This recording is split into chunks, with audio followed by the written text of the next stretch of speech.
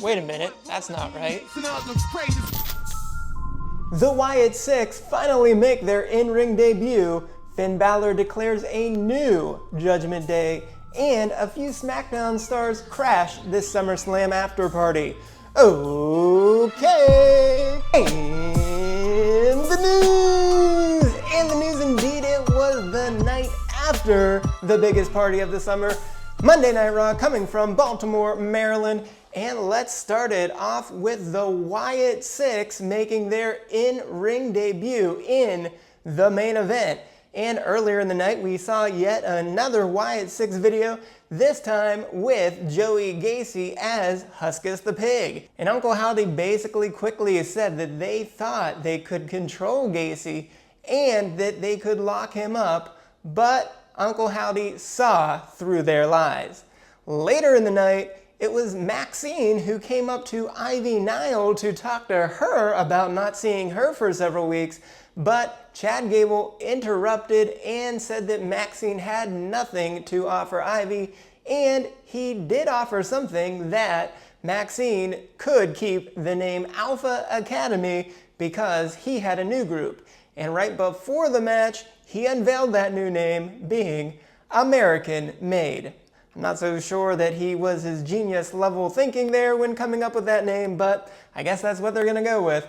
Anyways, we actually did have a match with the Wyatt Six. Now, just like last week, they did unmask before the match, so indeed it was Rowan, Loomis, and Gacy in the match for the Wyatt Six. And this new American-made team looked pretty good after a slow start, and the most incredible thing was a back-to-back-to-back moonsault by each member. And later on, Gable was able to land a chaos theory on the extremely large Eric Rowan, but Rowan still managed to kick out. Then Gacy and Loomis both hit Uranagis on the Creed brothers onto the announce table, which allowed Rowan to benefit from the distraction and land his Iron Claw Slam on Gable, which then, finishing it off, we had Loomis and Gacy hit a tag team slam, and then Loomis with an assisted frog splash to get the win and get Wyatt Six a win in their debut match, which took place exactly 11 years after the debut of the original Wyatt family. Well, this was the first match for both groups, but I don't think this will be the last one amongst them, so we'll just have to see where we go from here. Of course, there was some serious fallout from Finn Balor turning on Damian Priest in the World Heavyweight title match, so Priest immediately came out and wanted Balor to join him in the ring so he could take his beatdown. Balor, however, did not join him in the ring and instead showed up on the Titantron saying that it was Priest who had betrayed them, and Balor waited over a year but manned up, and it will be all of the members of the new Judgment Day, which Balor unveiled to be, well, pretty much exactly who you would think: JD, Carlito, Dom, and Liv with him. So no big surprise, but hey, congrats to Carlito for getting that upgrade. Good for him. Anyways, we did have a match in that Balor had JD McDonough be Priest's first, victim, I suppose. But McDonough actually looked really strong throughout most of this. Perhaps Priest came out with just a little bit too much emotion, and I guess JD did get a little help from Carlito along the way as well. Nonetheless, McDonough's biggest highlight of the night was hitting a very impressive moonsault off the top rope. However, Priest still had just too much power for JD, and just when he was about to end the match, Balor showed up and attacked Priest from behind, forcing the disqualification. But then, of course, all of the Judgment Day members came out and started beating on him until Rhea Ripley showed up, causing Liv and Dom to run off, but not before Rhea caught Liv and threw her twice into the ring post. Rhea then lined up to slam her through the announce table, but Dom luckily grabbed her legs and they got away. But Rhea then came into the ring and headbutted JD, allowing Priest to recover and land one last south of Heaven Chokeslam. For the match, Priest does recover from his loss on Saturday night and goes to 7-2 in one-on-one matches, while JD continues to not get the job done in one-on-one action, falling to 1-5. In other singles action, we had Sheamus and Kaiser with the opening match of the night, and this was Kaiser's first match in over a month after injuring his ribs, but he looked pretty good for a while until he actually faked an injury to those same ribs. But Sheamus from there could not be stopped, and even when Pete Dunne came out and tried to hit him with the shillelagh, Sheamus was able to turn that around and throw him into the announce table, and then hit a kneecap and brogue kick to dispatch of Kaiser. For Sheamus, he's now won 3 out of 4 one-on-one matches, going to 5-3. And for Kaiser, this is his first loss in one-on-one action, so maybe he's not quite 100%, but he's still an impressive 3-1-1. In women's action, we first saw Lyra Valkyria take on Shayna Baszler, and this was a very quick match with Sonya's new crew attempting to distract Lyra early, but she was able to kick both Zoe and Sonya from ringside and landed a Nightwing on Shayna that would have probably won the match, but Zoe and Sonya did not allow that to happen and attacked her before the ref could count to 3. Nonetheless, still a DQ win for Lyra, but those 3 continued to beat down Lyra until Damage Control made another save by continuing to try to be the bigger bullies amongst these two groups. Well, for Lyra, she gets some redemption for losing to Sonya a couple weeks ago and goes to 5-3 in one-on-one matches, while Shayna falls to 0-3 in one-on-one matches and a still winless 0-7 in all singles action. Much later in the night, Sonya was set to take on Dakota, but her trio decided to attack Damage Control backstage, and they even caused Dakota to re-aggravate her previously injured right knee. So Sonya went to the ring and thought she might be getting a forfeit victory, but Io came out to take Dakota's place, and even outnumbered the 2 Damage Control members took it to Sonya's group, with Io eventually hitting a bullet train, which is pretty much like any other double knee attack, but apparently it's an extra strong double knees. So when she went to pin Sonya, Zoe put Sonya's legs on the bottom rope, forcing the ref to call off the pin. Things broke down from there, and Sonya then grabbed Io from behind, just like she had done to Lyra, and tried to hit the Devil's Advocate, but Io was able to avoid it, with her and Kairi both incredibly going to the top rope and hitting an over the moonsault and insane elbow in opposite directions onto all of the members of Sonya's trio. Io finally got Sonya back into the ring,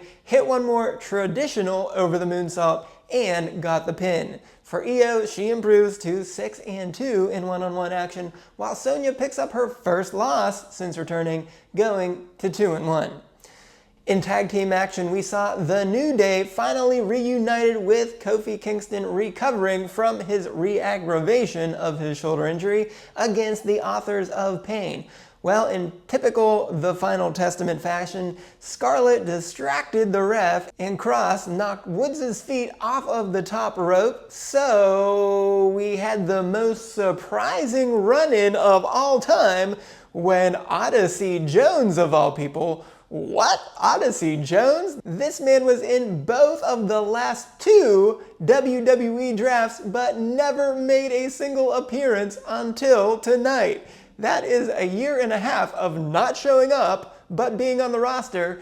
So I guess this was finally his moment, and he didn't disappoint, because he immediately attacked Cross, unaware, as he should be, because why would you expect that, from behind, throwing him into the side of the ring and then over the barricade, which allowed Xavier Woods to take advantage of this distraction, because Rezar was obviously not expecting this either. He rolled him up from the front, so I guess it was not a backwoods, but got the pin for the New Day. AOP was not done there, so they kept attacking Woods until Jones came to the rescue yet again, landing a double side slam on both members of AOP. So Kingston explained to Woods how he saw him during his rehab, which I think would have been a good thing to tell him before the match, but nonetheless, it worked out for the New Day today, and then the Alpha Academy came in and partied with them for their victory. For the New Day, they continue to at least be pretty good in these traditional tags and are back above 500 at 3-2-1, while the Authors of Pain are still an impressive 5-3. Finally, we had the SmackDown roster invade this Raw roster when A-Town Down Under showed up to take on the Awesome Truth. Now, of course, A-Town Down Under got completely embarrassed by Jelly Roll and the Awesome Truth with that 15-knuckle shuffle. So I guess they petitioned and got Pierce's approval to show up on Raw for this match. And this match between the two former tag team champions ended with The Miz landing a crossbody off the top rope onto Theory, but R-Truth had tagged himself in, so Miz's pin attempt did not count, and then Waller did a rolling flatliner attempt onto Truth, but Truth was able to turn it around and land an attitude adjustment. But during this AA, Truth had turned around sideways, causing Waller's legs to accidentally run into The Miz, causing The Miz to fall outside to the floor. After he hit the AA, Truth looked at Miz to see if he was okay, but when he turned around, Theory was right there to hit the A-Town Down to win the match. So for A-Town Down Under, they finally pick up a win after losing 3 in a row and improve to 4-5 in traditional tags, while Awesome Truth has now lost 2 in a row, falling to a still impressive 6-3. Now beyond the mat for Raw, we will continue with SmackDown stars invading Monday Night Raw as Randy Orton interrupted Gunther's championship speech, in which Gunther said that he was greatness personified. Well, Orton wasn't having any of that and said that Gunther's legacy was stained due to Gunther not pinning Orton during the King of the Ring finals. Well, Gunther said he felt that stain on his legacy, so he was happy to accept Orton's challenge for the title at Bash in Berlin, saying that he is prepared for anything. Later in the ring, CM Punk said that he was happy today because he was still standing and called out McIntyre for round 2. However, Rollins then came out not looking very happy, but saying that he was happy because he had waited 10 years to finally put CM Punk in the dirt. But just when Rollins got into the ring and the two men looked like they were about to brawl, McIntyre interrupted from up in the stands, and when he invoked the bracelet yet again, as well as his dog's and wife's name, Punk rolled out of the ring and immediately chased after McIntyre. But Rollins was left in the ring and was caught from behind when Bronson Reed came out of nowhere and ended up hitting 6 tsunamis on him, causing Rollins to need to go to the hospital to be checked for internal bleeding. Wow. And lastly, in an interview segment backstage, Braun Breaker said he was sorry for anyone who goes after his Intercontinental title, saying that there is no man alive who can take it from him. Well, I guess Sami Zayn will indeed get the next chance because he told Jey Uso that he has a rematch set for next week. But Jey also said that they have unfinished business with the Judgment Day, so Sami will have a chance to become a double champion. And with that, let's go to STFs. And in tonight's suspensions, terminations, and fines, we get to start with the new Judgment Days. STFs, as I guess I was wrong after the last video saying that it could have been the final Judgment Day STFs. So nonetheless, here we go yet again. During the match between Priest and JD, we had Carlito landing a right on Priest during the match, so that will get him a fine. But of course, the match ended with Balor attacking Priest from behind, causing the DQ, so Balor will get a 1-week suspension. But all 4 other members of the Judgment Day then joined Balor to continue beating down Priest after the match, so Carlito, McDonough, Dom, and Liv will each get fines. Similarly, Karrion Kross elbowed and poked Kofi Kingston during their match, and then Scarlett distracted the ref, allowing Kross to knock Woods off of the top turnbuckle, so those 2 will both get fines. But AOP then attacked Woods after the match that they had lost, so both Akam and Razar will also get fines. But the big winners of the night, Zoe and Sonya, attacked Lyra to cause the DQ during Lyra's match, and then they kept fighting with Shayna after the bell, so a 1-week suspension for Zoe and Sonya and a fine for Shayna. But that was not all, because right before Sonya's match, Shayna, and Zoe all attacked Damage Control backstage, so each of them will each pick up a 1-week suspension. And lastly, during that match against Io, Zoe put Sonya's foot on the bottom rope, therefore potentially changing the outcome, causing her to get a 1-week suspension. Pete Dunne swung and missed twice with his shillelagh, but nonetheless will have to give him a fine for his attempt on Sheamus. And lastly, Big Bronson Reed sent Seth Rollins to the hospital after landing 6 crushing tsunamis, so he will get a 2-week suspension. The Wyatt Six looked as scary and as dominant as everyone thought they would in their in-ring debut. Damian Priest and Rhea Ripley fired the first shots against the new Judgment Day, and Sonya's group and Damage Control continue to see who is the biggest bully on the playground. I'm Doktor O'Kay, reporting on the WWE, where everything is okay.